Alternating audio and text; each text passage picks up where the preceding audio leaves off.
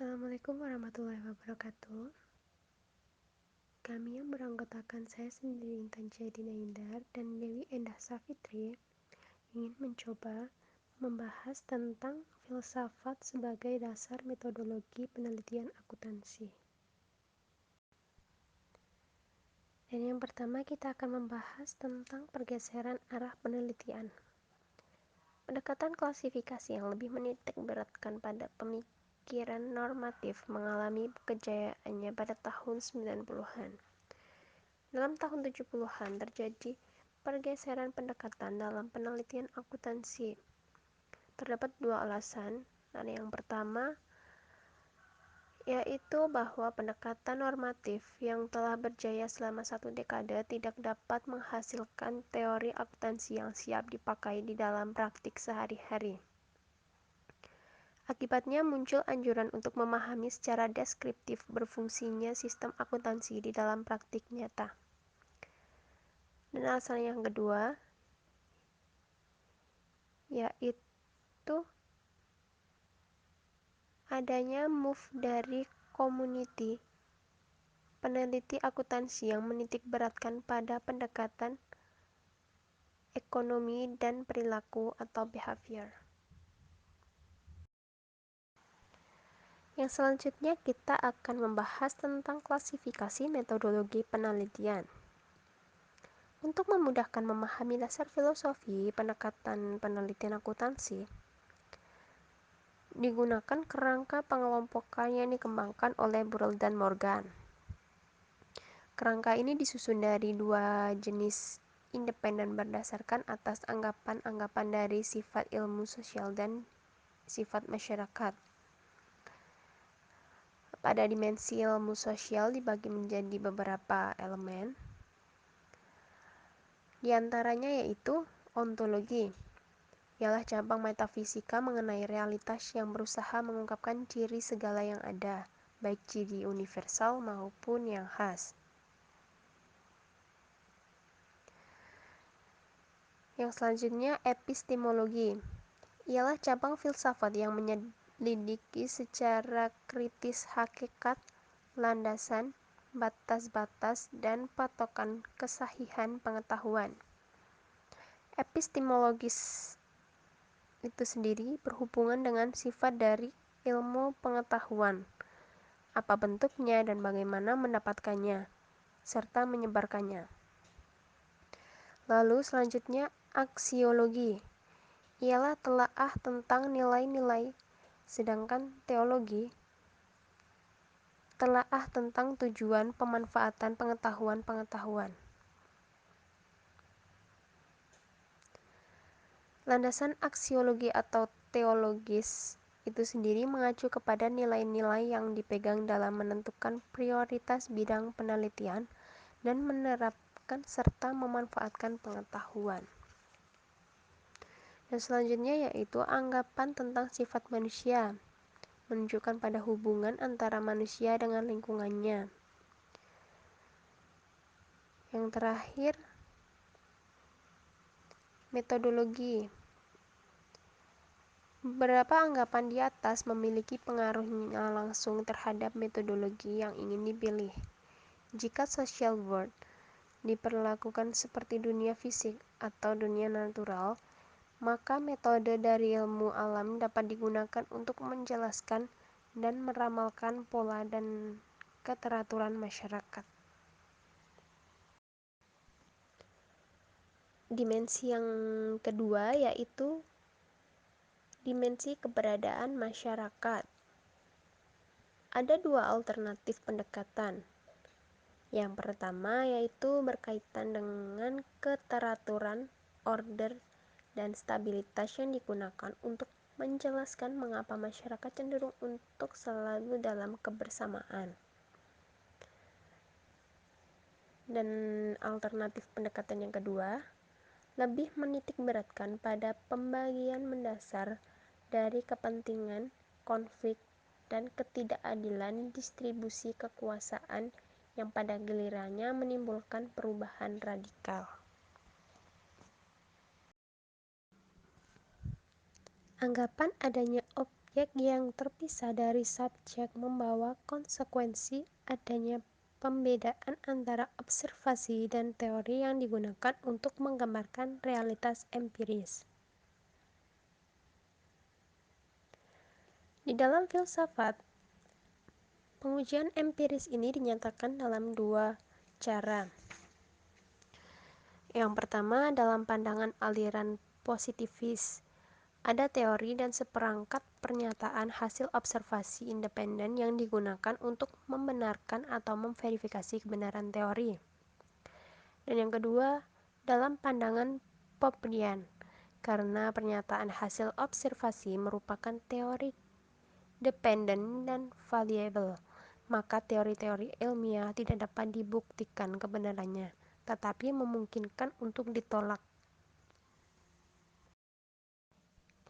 Selanjutnya yaitu interpretif. Pendekatan interpretif menitikberatkan pada peranan bahasa, interpretasi, dan pemahaman di dalam ilmu sosial. Pendekatan ini memfokuskan pada sifat subjektif dari social world dan berusaha memahaminya dari kerangka berpikir objek yang sedang dipelajarinya. Tujuan dari pendekatan ini yaitu menganalisis realitas sosial semacam ini dan bagaimana realitas sosial tersebut terbentuk. Metode yang lebih cocok untuk pendekatan ini yaitu metode kualitatif. Yang selanjutnya yaitu radikal humanis dan radikal strukturalis. Pendekatan radikal memandang masyarakat terdiri dari elemen-elemen yang sering bertentangan satu sama lain, dan diatur oleh sistem kekuasaan yang pada gilirannya menimbulkan ketidakadilan dan keterasingan dalam segala aspek kehidupan. Tema sentral dari pendekatan radikal adalah sifat dan prinsip organisasi suatu masyarakat secara keseluruhan tercermin dan terbentuk oleh setiap aspek dari masyarakat itu. Radikal humanis menitikberatkan pada kesadaran individu, keterasingan manusia, dan bagaimana kedua hal ini didominasi oleh pengaruh ideologi.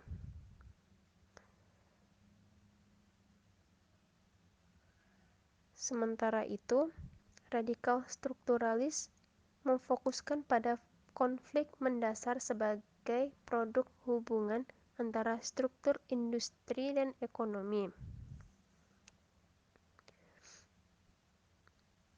Perbedaan antara radikal humanis dan radikal strukturalis terletak pada dimensi objektif dan subjektifnya.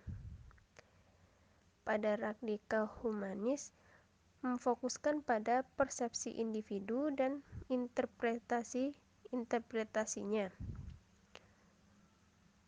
Sedangkan pada radikal strukturalis memperlakukan social world sebagai objek eksternal dan memiliki hubungan yang terpisah dari manusia tertentu. Selanjutnya adalah pendekatan mainstream atau positivis. Pendekatan positivis muncul sejak perkembangan filsafat ilmu di abad 17 yang memunculkan pertentangan antara rasionalisme dan imperialisme. Rasionalisme menegaskan bahwa dengan menggunakan prosedur tertentu dari akal manusia, kita dapat menemukan pengetahuan dalam arti yang paling ketat, yaitu pengetahuan yang dalam arti apapun tidak mungkin salah. Pengetahuan yang secara pasti, secara mutlak tidak dapat ditemukan hanya dengan pengalaman indrawi, dan itu harus dicari dalam alam pikiran. Teori empiris oleh John Locke, Berkeley, and David Hume. Mereka berharap menaruhkan suatu basis untuk pengetahuan kita dari pengalaman indrawi, tetapi mereka menemukan bahwa pengalaman indrawi menghasilkan informasi tentang dunia jauh kurang dari pada yang mereka harapkan. Pandangan Hume telah mengilhami dua macam perkembangan. Yang pertama, penyempurnaan teori empiris. Yang kedua, usaha mencari suatu cara untuk memodifikasi kesimpulan-kesimpulan agar dapat mengembangkan suatu teori kompromi, yaitu menerima tuntutan kaum empiris dan mencoba menyelamatkan beberapa unsur dari teori rasionalis. Golongan filsuf yang berusaha menggabungkan empiris dan rasionalis adalah apa yang sering disebut positivis. Ada dua epistemologi kaum positivis yang selalu dikaitkan dengan metodologi penelitian akuntansi, yaitu logical empiris atau logical positivis dan falsificationisme. Induktivisme. Menurut Karl Marx tahun 1991, selama tahun 1920-an, positivisme telah berkembang menjadi filsafat ilmu dalam bentuk positivisme logis atau logical positivisme. Kelompok ini dikembangkan oleh lingkaran Vienna yang merupakan kelompok ilmuwan dan filsuf yang dipimpin oleh Moritz Schiller. Logical positivisme menerima doktrin utama, yaitu verification theory of meaning. Teori verifikasi menyatakan bahwa pernyataan atau proposal memiliki arti hanya jika mereka dapat diverifikasi secara empiris. Kriteria ini digunakan untuk membedakan antara pernyataan scientific meaningful dan pernyataan metaphysics meaningless. Wujud interpretasi individual, logical positivisme menganggap bahwa hipotesis harus dibuktikan dengan penelitian. Atas dasar pendekatan ini, teori dikembangkan berdasarkan suatu masalah yang harus dipecahkan. Setelah masalah ditemukan, masalah tersebut dinyatakan dalam hipotesis, yaitu pernyataannya diwujudkan antara dua fenomena atau lebih. Apabila hipotesis telah dirumuskan, peneliti akan membuktikan kebenaran hipotesis tersebut dengan cara membandingkan hipotesis dengan hasil observasi yang dilakukan. Selanjutnya, falsificanisme dikembangkan oleh Karl Popper berpendapat sebagai berikut. Tujuan penelitian ilmiah adalah untuk membuktikan kesalahan hipotesis, bukannya membuktikan kebenaran hipotesis tersebut. Untuk mengatasi empirisme logis, Karl Popper menawarkan metode alternatif untuk menjustifikasi suatu teori. Menurut pendekatan ini, teori bukanlah suatu yang benar atau faktual, tetapi sesuatu yang belum terbukti salah. Jika suatu teori diterima, maka teori tersebut harus menyajikan hipotesis yang mungkin dapat dibuktikan kesalahannya. Dengan kata lain, hipotesis yang tidak dapat dibuktikan salah dengan cara observasi, maka akan dihasilkan teori yang tidak valid. Menurut falsificanisme, ilmu berkembang secara pendugaan dan penolakan atau secara trial dan error. Tujuan ilmu ini adalah memecahkan masalah. Memecahkan masalah tadi diwujudkan dalam teori yang mungkin akan disalahkan secara empiris. Teori yang bertahan dan tidak disalahkan akan diterima secara sementara untuk memecahkan masalah. Teori sebagai struktur. Ada dua orang yang mengajukan teori sebagai terstruktur adalah Imre Lakatos tahun 1974 dan teorinya berupa teori riset program, dan Thomas Kuhn pada tahun 1972 dengan teorinya yang sangat terkenal yaitu paradigma dan revolusi. Riset program Imre Lakatos. Teori dipandang sebagai sebuah struktur yang terdiri dari asumsi-asumsi dasar dan seperangkat hipotesis tambahan yang khusus didesain untuk melindungi inti teori dari falsifikasi. Teori riset program menurut Lakatos terdiri dari 1. Hardcode dan negatif heuristik. merupakan komponen inti dari riset program yang berisi asumsi-asumsi dasar dari riset program. Asumsi ini berisi definisi, karakteristik, dan program berupa hipotesis teoretis secara umum sebagai dasar pengembangan program. Asumsi ini harus diterima untuk melaksanakan riset program dan asumsi ini tidak dapat ditolak atau difalsifikasi. Kesepakatan oleh anggota riset program untuk tidak mempertanyakan hardcore ini disebut negatif heuristik. Hardcore tidak boleh ditolak atau dimodifikasi selama pengembangan program tersebut berlangsung. Yang kedua, protective belt of auxiliary hypothesis. Hardcore dalam riset program tidak dapat difalsifikasi dan dilindungi pula oleh negatif heuristik. Mereka juga dikelilingi oleh seperangkat asumsi tambahan oleh Lakatos tersebut, yaitu protective belt of auxiliary hypothesis. Hipotesis inilah yang perlu mengalami penyesuaian untuk melindungi hardcore. Yang ketiga, yaitu positive heuristik. Itu berlawanan dengan negatif heuristik, yang merupakan bagian dari riset program yang memberikan arahan bagaimana ilmuwan bekerja di sekeliling protective belt of auxiliary hypothesis. Yang keempat, yaitu perkembangan dan kemunduran riset program. Lakatos menerapkan suatu riset program dianggap ilmiah dan berkembang berdasarkan dua kondisi. Yang pertama, harus memiliki tingkat kohersi atau keterkaitan untuk memetakan program bagi riset masa datang. Yang kedua, dengan arahan positif heuristik, riset program tadi harus mampu menemukan fenomena baru. Jika riset program tidak memenuhi kedua kriteria tadi, maka riset program tersebut dianggap mengalami kemunduran. Selanjutnya yaitu paradigma dan revolusi Thomas Kuhn.